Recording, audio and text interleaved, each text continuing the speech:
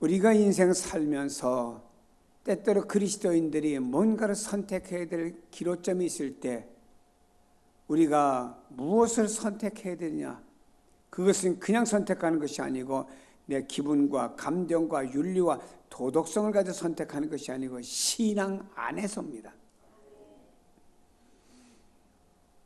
한때는 말이에요, 잘못된 신앙에 빠진 사람이 예수님 몇 년 몇 월 며칠에 온다고 그래서 다 가정을 다 정리해가지고 돈을 봐가지고 그 교회에 들어가서 예수님이 며칠 있으면 오신다고 그냥 기도하면서, 그 사람들은 아이들도 학교를 다 자퇴하고 그분이 나가는 직장이 학교 선생님이었는데 다 정리해가지고 그 교회 가서 이제 며칠 있으면 예수님 오신다고 그들은 기다렸습니다.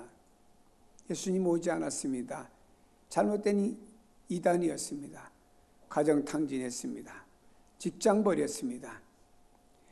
잘못된 신앙에서 와진 선택이 인생과 가정을 파멸로 이끌었다라고 하는 것입니다.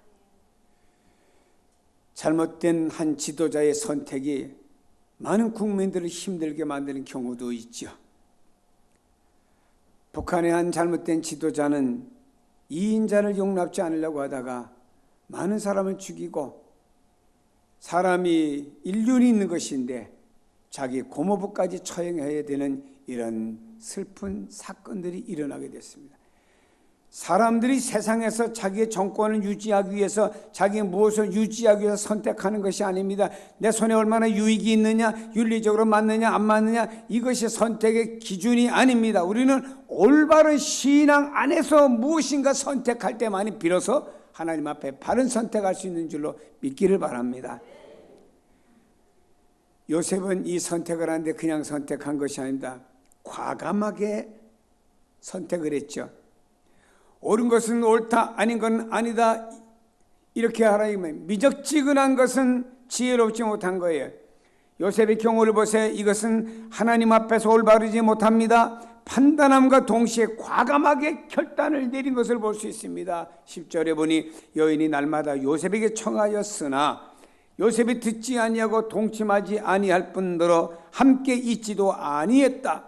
여기 요셉이 분명히 말하고 있습니다.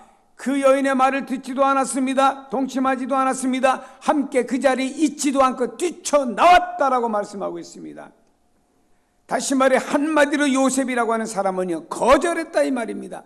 미적미적하지 않았습니다. 아이고 마님 좀 생각해 보겠습니다. 저한테 기회를 주세요 하면 그때부터는 시험이 점점 강도가 높아진다라고 하는 거예요. 하나님이 기뻐하지 않는 건 아닌 건 아니라 이 말입니다.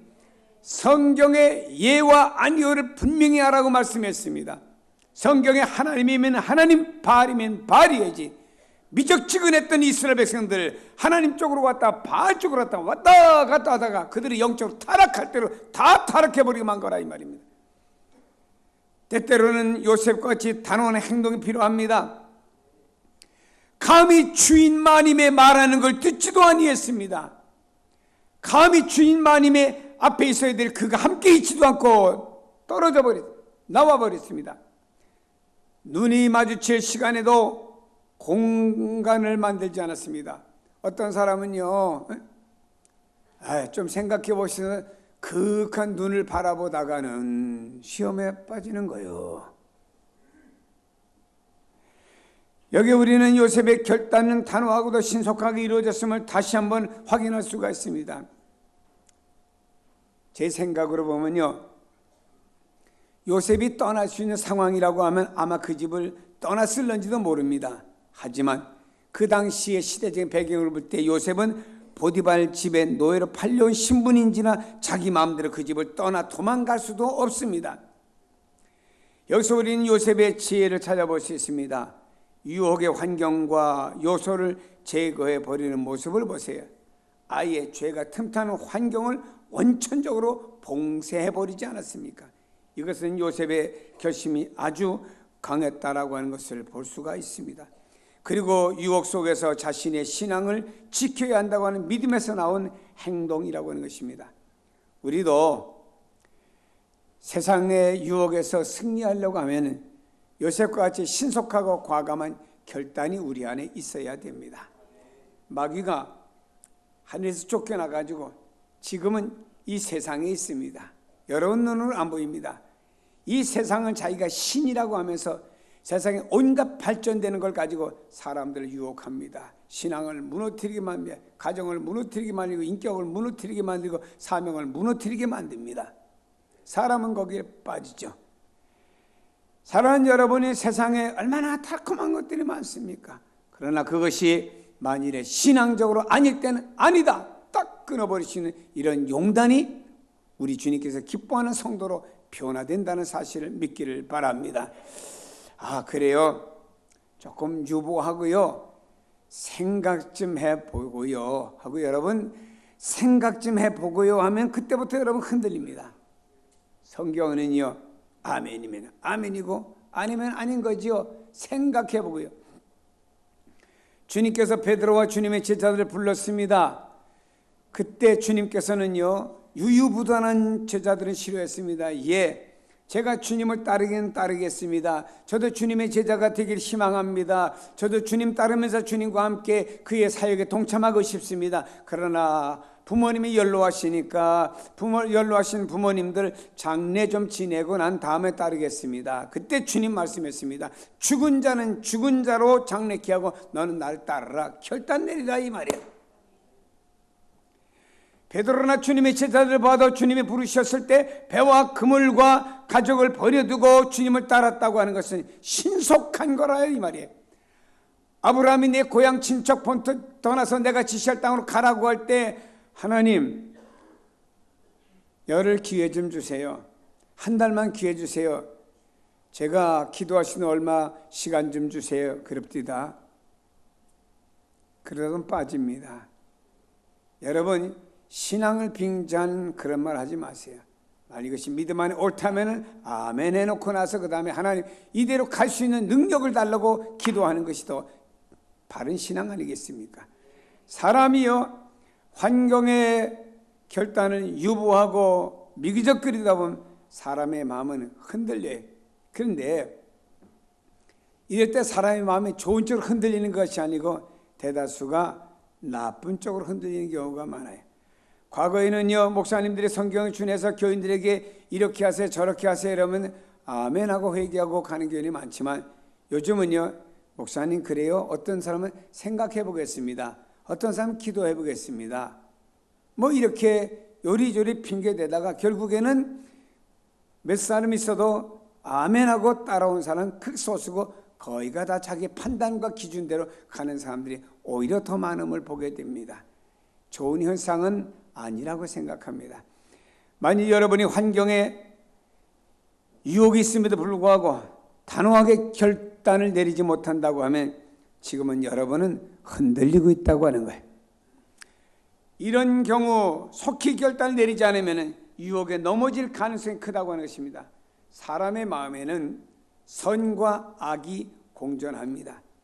그런데 우리는 아담의 타락한 육체를 가지고 태어났기 때문에 항상 선 쪽으로 나가기보다는 악 쪽으로 나가는 경우가 더 큽니다.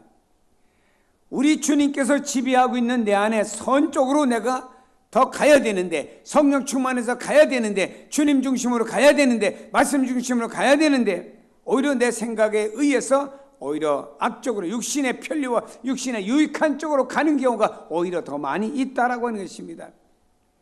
그러면 우리는 이것이 옳다고 할 때 항상 결단을 먼저 딱 내려야 됩니다.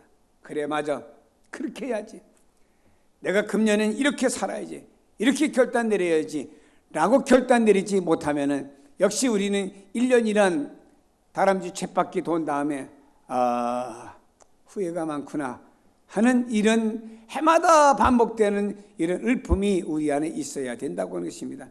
결단이라고 하는 것은 터질 결자와 끊을 단자를 사용하는 겁니다. 다시 말해, 터지고 끊어지는 아픔이 동반되는 것이 결단이라, 이런 말이에요. 대단한 각오가 없이는 불가능한 것입니다. 여러분, 믿음의 힘을 입어서 신앙의 양심을 따라 과감하고 신속한 결단을 가질 수 있기를 주님의 이름으로 축복합니다. 미루지 마세요. 거룩한 하나님의 역사 앞에는 개인, 가정, 선한 일, 주님의 일, 여러분들이 주님과 하는 모든 일들은 미루지를 마세요. 그러면요, 바른 선택은 항상 좋은 결과를 얻게 됩니다. 시편 17편에 이렇게 말합니다. 주께서 내 마음을 시험하시고 주님께서 내 마음을 시험하시는 분이라는 사실을 알아야 됩니다. 아브라함아 하고 아브라함을 시험했습니다. 내 고향 친척 아비 집을 떠나라. 내가 백살에 준 내 독자 이삭을 내게 제물로 바쳐라 그랬습니다. 이때 아브라함은요, 할 수 없는 상황 속에서 지체하지 않았습니다. 하나님 생각해 볼게 하지 않았습니다. 아브라함은요, 딱 결론을 내렸습니다. 결론을 내리고 그는 하나님 말씀하신 대로 그냥 행동을 옮겼습니다. 하나님도 아브라함아, 네가 이렇게까지 독자 이삭까지도 내게 바치다니, 바치려고 데려왔다니, 야, 하나님 감탄하시며 아브라함아, 너는 나의 친구다. 너는 나의 벗이다. 피조물 향해 하나님 가장 친근한 말씀, 가장 친근한 말씀으로 나의 벗이라고 그렇게 인정하시는 말씀이 아브라함에게 떨어진 줄로 믿습니다. 그러나 하나님의 시험은요, 쓰러뜨리고 또 넘어뜨리게 하려고 시험 주시는 게 아닙니다. 하나님이 어쩌다가 우리에게 시험 주시는 이유는요, 더 큰 은혜를 부어주시고 상을 주시려고 테스트하는 거예요. 요셉은 하나님의 이러한 시험에 합격을 했죠. 비록 그 여인이 요셉이 요구를 들어주지 않았다고 억울하게 요셉에게다 아주 덤태게 씌워버렸습니다. 아니, 자기가 유혹을 해서 거기 있다가는 더 이상 요셉도 젊은 사람인지라 유혹에 넘어갈 수도 있기 때문에 그 여자가 꽉 붙잡고 있는 겉옷을 벗어 던져버리고 뛰쳐나갔습니다. 그때는 이 여자는요, 배신감이 들었을 거 아니에요. 감히 내가 주인 마님인데 내가 이러면 이러고 내가 저러면 저럴 텐데 내가 나의 말을 안 들어? 좋다 하고 여봐라 소리를 쳤습니다. 그 집에 있는 모든 하인들이 나왔습니다. 봐라, 이게 누구 옷이냐? 요셉이 옷입니다. 이놈이 말이야, 나를 말이야 해코장에 들어왔다가 내가 소리치니까 도망갔어. 이게 증거야. 이 세상엔 증거 앞엔 꼼짝 못해요. 그래가지고 그 집에 있는 사람들이 세상에 요셉을 말이야, 주인 보디발 장군이 노예로 사다가 말이야 그를 먹여주고 입혀주고 살게 해주고 그 집에서 말이야 또 이렇게 위치를 높여서 주인 다음 가는 위치에까지 앉혀주고 집안의 모든 일을 관장하도록 했는데, 아니 그런 요셉이가 그래 주인 마님을 넘보다니, 이런 천하의 모슬림이 어디냐고 모든 사람들의 시선이 요셉에게 꽂히기 시작했습니다. 그러니까 요셉이 뭐라 했습니까? 난 아니야 나 사실 이만저만. 요셉은 변명 말하지 않았습니다. 요셉은 그 주인 앞에도 사실은 이만저만 했습니다라고 말하지 않았습니다. 세상에 이렇게 억울할 때가 어디 있어요? 아니 뒤집어씌워도 유불수지 이렇게 억울할 때가 어디 있습니까? 아마 여러분 이런 억울한 일 당하면요 우라통 터져가지고 견디지 못할 분도 있을 거예요. 요셉은 이런 상황 속에 있을 때 온 집안 사람들이 세상에 배은망덕하다 이렇게 세워졌는데 은혜도 모른다 이래가면서 모든 사람들은 다 따가운 시선이 누구에게? 요셉에게. 어떤 사람은 때릴 수도 있고 돌로 던질 수도 있고 이런 억울한 일 다 당합니다. 그럼에도 불구하고 요셉은 하나님만은 나를 아시지요. 하나님만은 나를 아시지요. 사람들은 이렇게 나를 향하여 돌을 던지고 나를 향하여 손가락질 할지라도 하나님만은 나를 아시죠. 하나님만은 나를 아시지요 하면서 그는 억울하게 감옥에 갇히는 신세가 되었습니다. 그러나 하나님은 그런 요셉을 인정하시고 그 감옥에서 요셉은 나오기만 해도 석방만 돼도 엄청나게 자유몸을 갖기만 해도 엄청난 축복인데, 하나님께서 그 감옥에서 말입니다, 그 정도가 아닙니다. 요셉을 갖다가 어디 애굽의 국무총리로 앉혀준 거예요. 국무총리로 앉혀주어서 임금 다음 가는 위치에 섰다고 하는 것은 과거에는 보디발 장군 가정의 종이었으나 이제는 보디발 장군 위에 서는 요셉이 된 거예요. 하나님이 높여주신 줄로 믿습니다. 바른 선택은 항상 좋은 열매를 맺게 되는 줄로 믿으세요. 예수 믿는 성도들이여, 적당하게 좀 살지 마세요. 되는 대로 살지 마세요. 세상과 믹사돼가지고 나가는 게 유익할 것 같지만 미래를 두고 보세요. 그 유익하지 않을 수도 있다고 하는 것이에요. 누가 뭐라고 해도 우리는 분명한 신앙의 칼날에서 이거는 기다 아니다, 하나님 기뻐하지 않기 때문에 이거는 아니다라고 우리가 분명한 선택을 하고 나가면은 하나님 다 기억해 두셨다가 언젠가 가서 내가 나를 사랑하는구나, 내가 이렇게 세상으로부터 분리있고 어려움을 당해도 그래도 내 뜻에 순종하는구나, 네가 힘들어도 내가 맡겨진 모든 일들을 잘 감당하겠구나, 수고했다, 내가 한번 너를 세워줘야겠다 할 때 온 우주 만물을 만드신 하나님께서 한번 나를 세워주면 내 인생이, 아니 우리 자녀가 어떻게 되겠습니까? 세상 말대로 쨍하고 해뜰 날이 아닙니다. 하나님이 세워주시면요 그 이상의 놀라운 일도 생길 줄로 믿습니다. 하나님 앞에서 행한 올바른 신앙의 선택은 하나님께서 풍성한 것으로 갚아주는 줄로 믿습니다. 한 백부장이 주님께 나왔습니다. 주님, 내 하인이 병들었습니다. 중풍병입니다. 불치병자입니다. 어떻게 하면 좋겠습니까? 내가 너 집에 가서 고쳐주마. 우리 집에 오실 수 없습니다. 당신의 말씀은 능력의 말씀이고 축복의 말씀이고 권세의 말씀이기 때문에 여기서 말씀만 하셔도 우리 집에 있는 하인의 병은 낫습니다. 예수님 말씀합니다. 이스라엘 중에도 이만한 믿음을 만나보지 못했다. 전득 칭찬을 듣고 집에 가보니까 하인의 병이 낫습니다. 언제 낫냐 물어봤더니 바로 주님과 대화하는 그 순간에 나은 줄로 믿습니다. 사렙다 여인이라는 사람은 지금 너무너무 가물고 어렵습니다. 경제가 어려워요. 우리나라가 어렵다고 지금 어려운 거 아닙니다. 이는 먹을 게 없어. 마지막에 빵과 마지막에 기름, 마지막에 물 먹고 죽으려고 빵 굴라고 나무 주워 나왔다가 엘리야를 만났습니다. 엘리야가 물을 요구할 때 물, 마지막 빵, 자기 아들하고 먹어야 될 마지막 빵이에요. 마지막 그릇통입니다.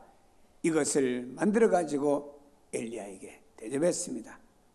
이 여인은 내 인생과 내 아들의 인생은 이것으로 끝이구나 생각했습니다. 그러나 우리 하나님께서는요 올바른 신앙 안에서 선택된 올바른 행동을 보시고 그 가정에는 가뭄이 닿을 때까지 가루떡에 기름병에 물병에 메마르지 않는 복을 주신 줄로 믿습니다. 때때로 우리가 순종할 수 없는 가운데 하나님 앞에서 바른 선택을 하고 순종할 때 하나님 놀라운 역사를 이루어 줍니다. 애굽의 궁전에서 바로 임금 다음에 2인자로 있는 사람이 누구냐? 모세라는 사람입니다. 그는 애굽에서 이름도 바뀌었고 애굽 사람들이 어떻게 보면 저 나일강에서 주워온 누구라기보다 바로의 공주의 아들로 애굽 전역에 소문이 쫙 났습니다. 그를 나일강에서 주워온 히브리 사람이라고 하는 것은요 많은 사람들이 알지는 못했습니다. 그는 애굽에서 자기는 편안하게 안주하며 살아갈 수가 있습니다.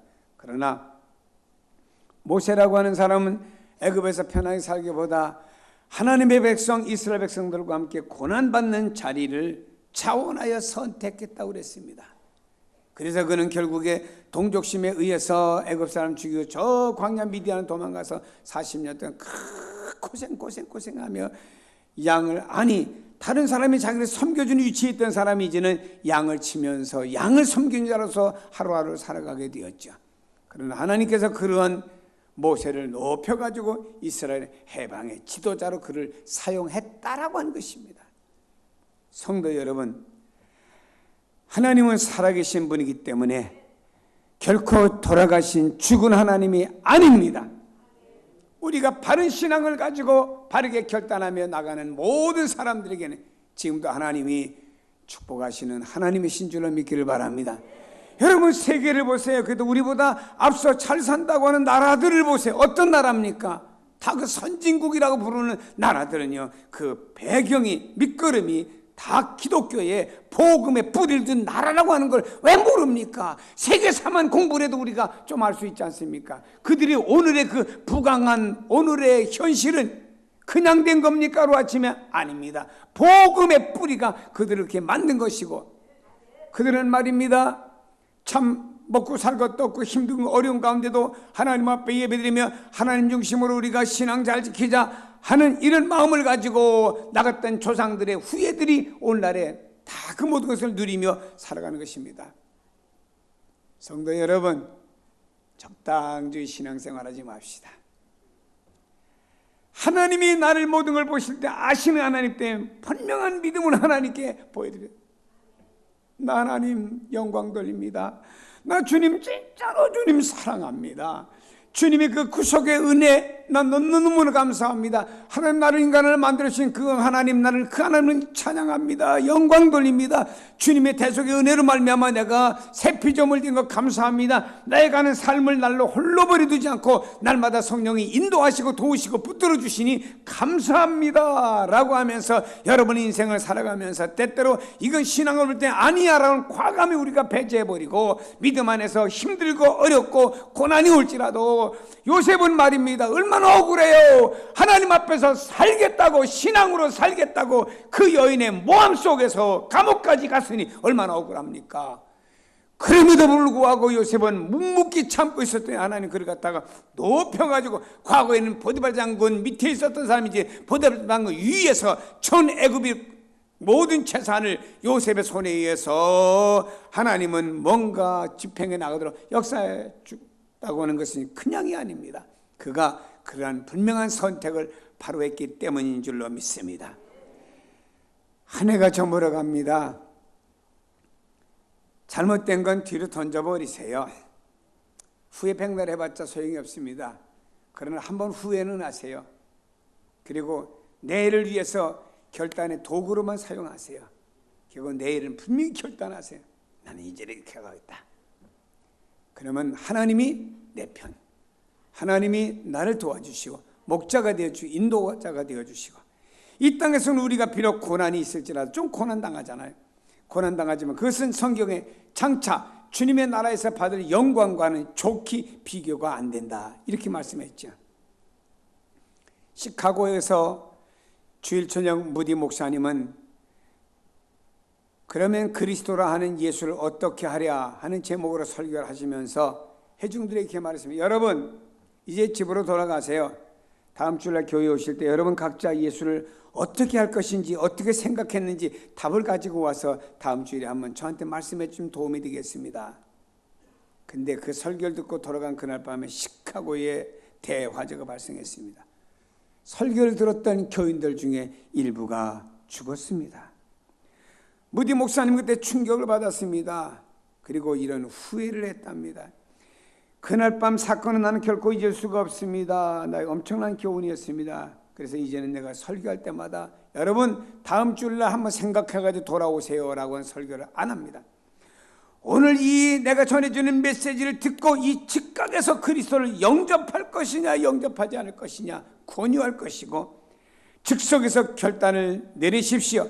나의 이 말씀을 듣고 오늘 결단을 내리세요. 그리고 돌아가서 그날 밤에 무슨 일이 있어도 그 사람의 영혼은 구원받을 것 아닙니까? 한번 예수 믿을 건지 안 믿을 건지 생각해보고 다음 주에 오세요. 그 주간에 그분이 죽었다고 하면은 그 귀에서 상실될 것 아닙니까? 그래서 나는 오늘 내가 예수를 믿을 것이냐 안 믿을 것이냐 결단을 내리라. 오늘 내 오른팔을 잘라버릴 것이냐 안 잘라버릴 것이냐 이 정도로 가지고 우리가 결단의 날을 가져야 된다 이 말입니다. 성도 여러분, 설교 말씀은 오늘 예배의 한 중간의 액세서리가 아닙니다. 생명입니다. 이 말씀대로 내가 결단을 내릴 것이냐 안 내릴 것이냐 결단을 해야 됩니다. 집에 가서 대사김질하면 아닙니다. 이 자리에서 여러분들이 그래 나는 이제 모든 것을 바른 신앙 안에서 나는 결단을 내리겠다. 나는 결단 내리되 나는 이것을 미적거리지 않고 분명히 주님 기뻐하시는 일을 위해서 딱 분명하게 결단 내리겠다. 그러나 이 모든 것은 하나님이 축복으로 이어주신다는 사실을 기억하시고 미루는 것이 아니고 오늘의 결단이 여러분의 축복의 삶으로 이어진다는 사실을 믿기를 주님의 이름으로 축복합니다.